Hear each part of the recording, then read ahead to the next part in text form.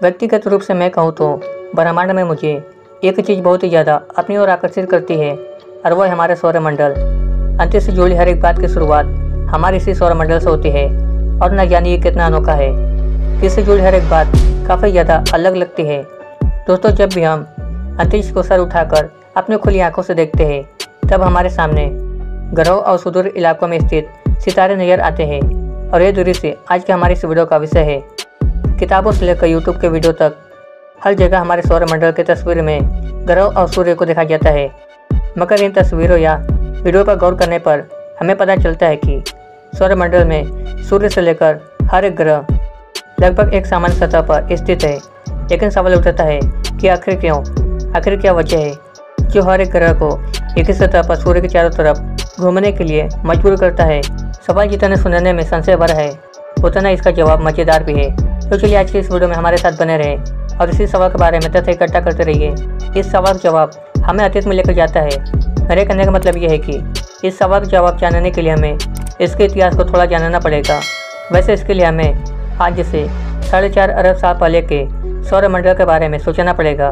4.5 अरब साल पहले हमारा सौरमंडल आज के सौरमंडल के जैसा बिल्कुल भी नहीं था। उस समय सौरमंडल धूल और गैसों से भरा मात्र एक विशाल घूमने वाला बादल था। तब हमारे सौरमंडल का आकार लगभग 12,000 AU था। आपको जानकारी के लिए बता दूं कि 1,000 AU का मतलब होता है सूर्य और पृथ्वी के बीच की दूरी करीब 15 करोड़ किलोमीटर है। इस हिसाब से आप 12,000 AU का अंदाजा लगा सकते हैं।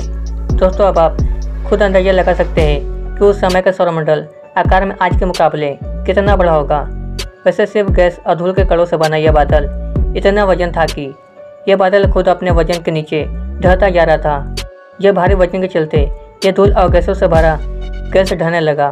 तभी आकार में धीरे धीरे चपटा भी होने लगा, इतनी चपटा कि मानो एक सीधी डिस्क हो। उस समय यह बादल घूम भी रहा था।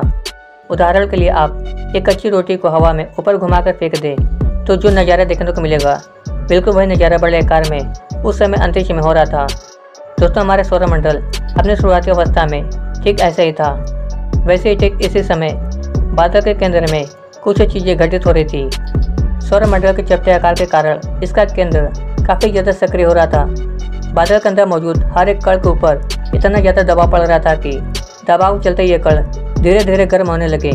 वैसे इन गर्म होने वाले कणों के अंदर हाइड्रोजन और हीलियम के कण भी थे। ये दोनों ही कण जब गर्म होने लगे तब दोनों ने मिलकर एक बहुत ही लंबी प्रक्रिया को शुरू कर दिया। वैसे इस प्रक्रिया को न्यूक्लियर रिएक्शन कहते हैं। इन्हीं प्रक्रियाओं के कारण बाद में सौरमंडल में कई सारी चीज़ें होने लगी।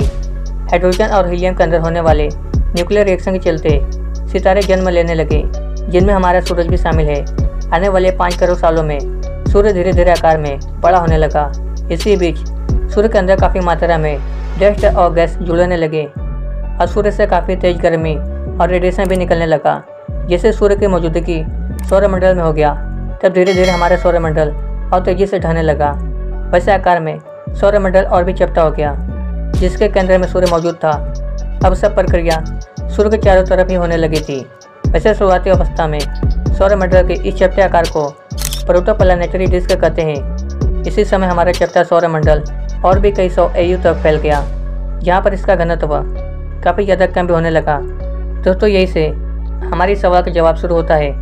कहने का मतलब यह है कि इसी के बाद सही सौरमंडल में ग्रह एक ही सतह पर घूमने के लिए तैयार होने लगे। तो चलिए आगे इसी के बारे में थोड़ा सा विस्तार से चर्चा कर लेते हैं। सौरमंडल जब प्रोटोप्लैनेटरी डिस्क में तब्दील हो गया तभी सही कुछ खास चीज़ें होने लगी।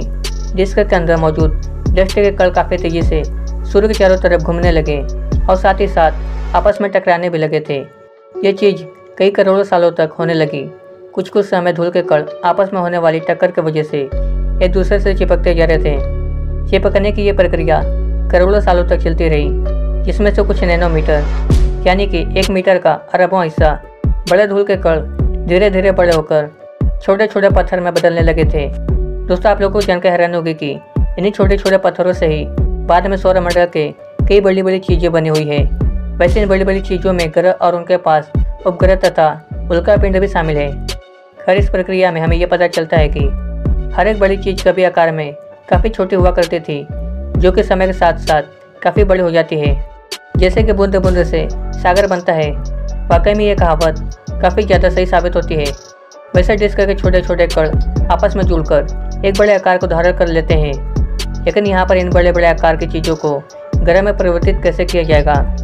दोस्तों, ठीक इसी समय काम आता है गुरुत्वाकर्षण बल। गुरुत्वाकर्षण बल के कारण ये विशाल आकार की चीज़ें गोलाकार ग्रहों में बदल जाती है। हालांकि कुछ चीज़ें जैसे उल्कापिंड और धूमकेतु अलग अलग आकारों में भी बदल गए।